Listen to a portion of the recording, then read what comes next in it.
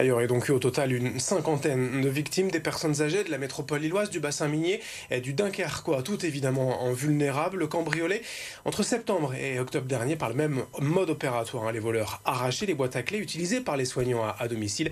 Et Inès, les deux suspects donc ont été jugés hier à Lille. Oui, les deux hommes qui se faisaient passer pour des infirmiers ou des policiers ont commis près d'une cinquantaine de vols auprès de victimes de personnes âgées comme entre 71 et 104 ans, des personnes vulnérables.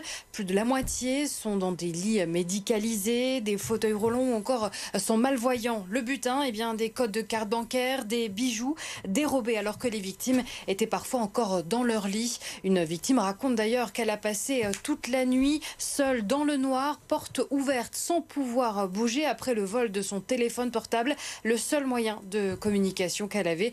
Un traumatisme donc pour ces personnes âgées. Les avocats des parties civiles réclament aussi bien un préjudice moral que matériel.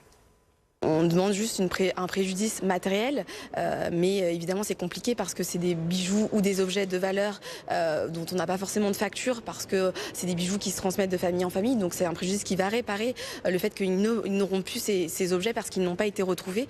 On parle de bijoux en or qui forcément sont plus facilement vendables après. Et un préjudice moral du fait de cette intrusion, de ce sentiment d'insécurité, de peur et d'anxiété qui peut naître chez ces personnes après ces faits-là. Et Inès, que sait-on de ces deux accusés?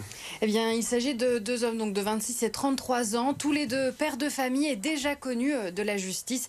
La procureure a requis 8 ans de prison ferme contre le prévenu âgé de 26 ans, 7 ans de prison ferme contre le plus âgé. L'affaire sera remise en délibéré le 18 février prochain. Et dans 2 semaines, donc, on suivra effectivement le verdict de cette affaire. Merci Inès.